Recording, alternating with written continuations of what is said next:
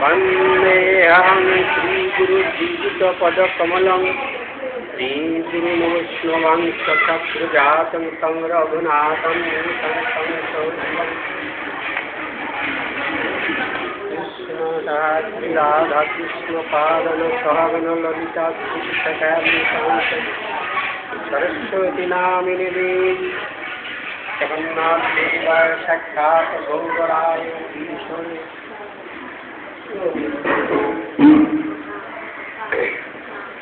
जय रूप सनातन भट्ट रघुनाथ श्रीजीव गोपाल भट्ट दास गुसाई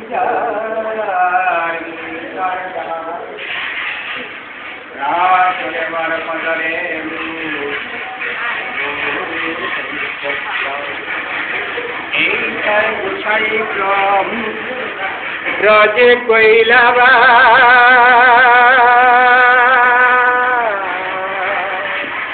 ब्रजेर राधा कृष्णेर निकालिला हरिला मुनिरानंदे बोलो हरि हरि बोल हरि हरि बोल हरि हरि बोल भज नाम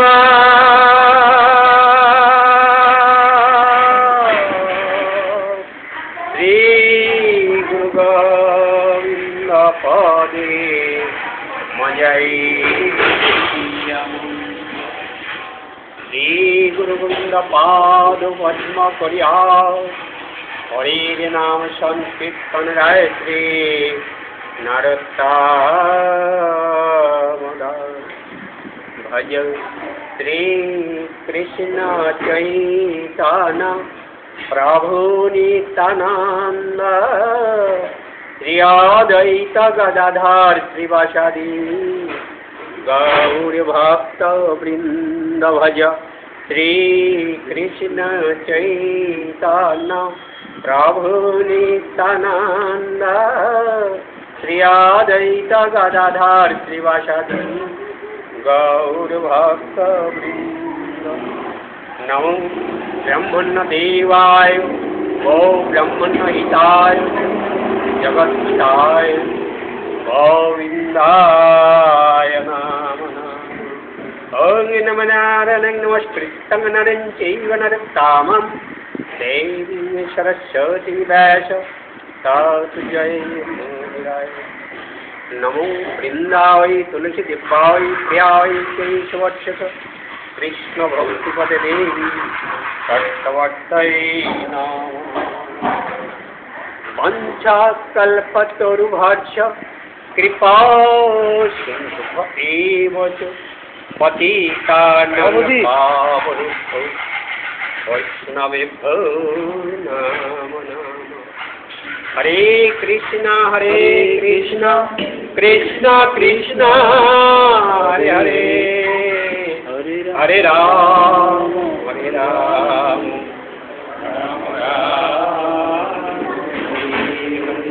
हरे कृष्ण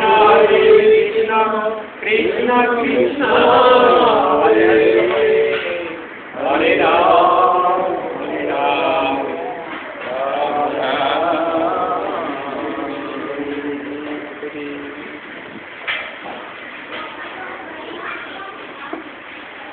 যাই আমি এখানে দিচ্ছি আমার শ্রদ্ধেয় দাদা ব্রজেন্দ্র দাদা উনি অনুগ্রহে গভীর অনুগ্রহে আমি আপনাদের সান্নিধ্য লাভ করতে পেরেছি ভক্ত সমাবেশ আর আজকে যে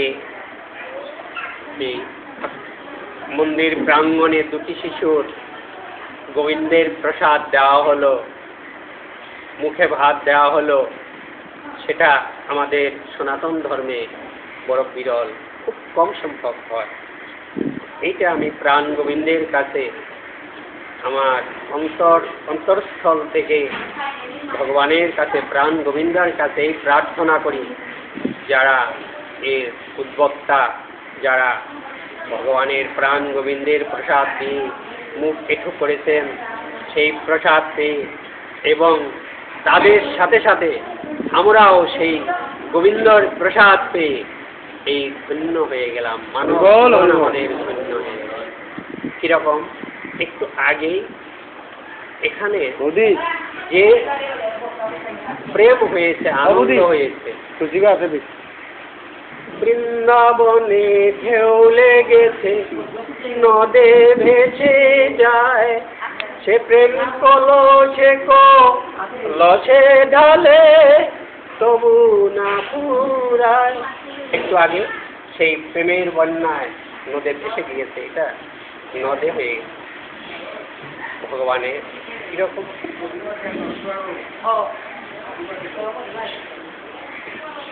জয় রাধা মাধব কুঞ্জ বিহার, জয় রাধা মাধব কুঞ্জ বিহার, যমুনা তীর বনচারী, যমুনা তীর বনচারী, জয় রাধা মাধব কুঞ্জ বিহার। এটা রাধা মাধবের কুঞ্জ। প্রত্যেকের হৃদ মন্দিরে রাধা মাধব আছে। এই যে তিনটি নদী প্রবাহিত হচ্ছে, প্রত্যেক হৃদয়ে হৃদয়ঙ্গম হচ্ছে।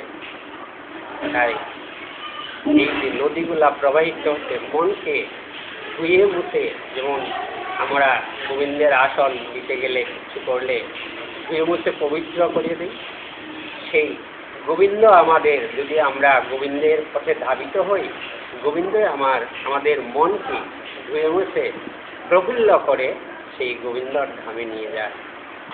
তাই আমার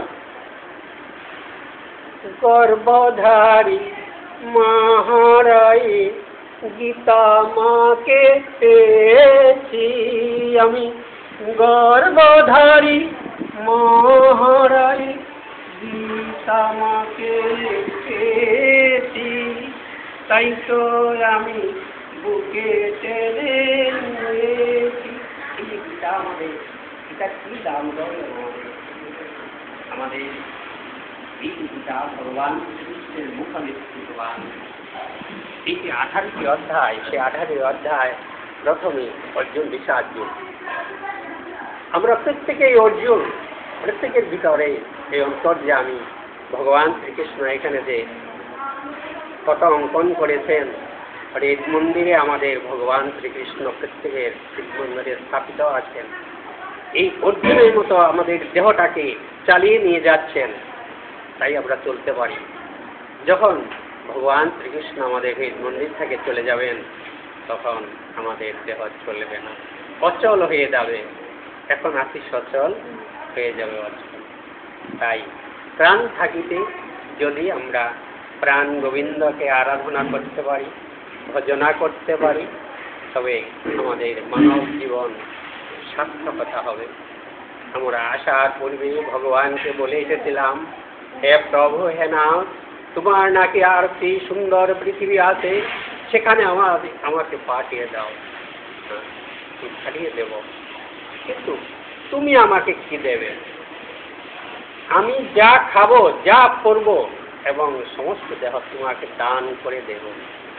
কিন্তু বলে এসেছি, যখন এই মাতৃগর্ভে 10 মাস 10 দিন থাকার পরে এই ভূমণ্ডলে পতিত হই, এটাকে বলা হয় জম্বুদ্বীপ। সে যখন পতিত হই, তখন সেগুলা ভুলে যায়। তখন যখন মুক্ত হয়ে যায়, তখন হাতে মুখ করে থাকি। তখন এই যে উঙ্গা উঙ্গা ওয়া ওয়া বলি, তখন বলি আমি যা বলে আছি, এখন তো আমি খালাস হয়ে গেছি, মুক্ত হয়ে গেছি। কাজে আর যখন মুখ করে থাকি। আর কি দেব বলেছিলাম ভগবানকে? মায়ের স্তনে যখন ভগবান দুধ দিয়েছেন, বলেছেন তুমি খাবে, আমাকেও দেবে। তাই দেখবেন শিশুর জন্মগ্রহণের পর মাতৃস্তন একটু ধরে রাখে। কেন ধরে রাখে? ভগবানকে যে আমরা সেই কথা দিয়ে এসেছি, সেই কথাটি আমাদের স্মরণ হয়ে যায়। তাই শিশু মাতৃ একটি স্তন ধরে রাখে। ভগবান যদি খায়, আমার যদি কম পড়ে যায়, তো যা হোক, সেই প্রসাদ পেয়ে আমাদের যদি একটু কম থেকে গেছে ঠিকই, কিন্তু ভগবানের প্রসাদ পেয়ে সেটি আবার পূর্ণ হয়ে যাবে। আর বলবো না, একটু বলুন, বলবো একটু বলুন। আমরা সেই প্রসাদ পেয়ে আমাদের মানব জীবনে, ভক্ত দর্শনে আমাদের মানব জীবন ধন্য। ভগবান বলেছেন, আমি ভক্তের অধীন, ভক্তে দিলে খাই আর না দিলে না খেয়ে। ভগবানের কি কিছুর অভাব? কোনোই অভাব নেই ভগবানের, কিন্তু অভাব কি? শুধু ভক্তির অভাব। অর্জুনকে তাই একবার বলেছিলেন, শোনো অর্জুন সখা, তোমাকেই কই, ভক্ত মিলে বহু কিন্তু ভক্তি মিলে বহু। ভগবান চান হৃদয়ের ভক্তি খান, কমল হৃদয় খানা চান। তাই ভগবান এই ভক্তের এই জাগরী গীতামৃত প্রসাদ, ভগবত প্রসাদ, ভগবত প্রসাদ রসের হাড়ি। সেই রসের হাড়ি ভগবান শ্রীকৃষ্ণ এখানে যুগযুক্ত হওয়ার জন্য বলেছেন। প্রথমেই যদি আমরা ভক্ত সঙ্গের সাথে, ভক্তের সাথে যুগযুক্ত না হই, সেই অমৃত সুধা কই থেকে পাবো?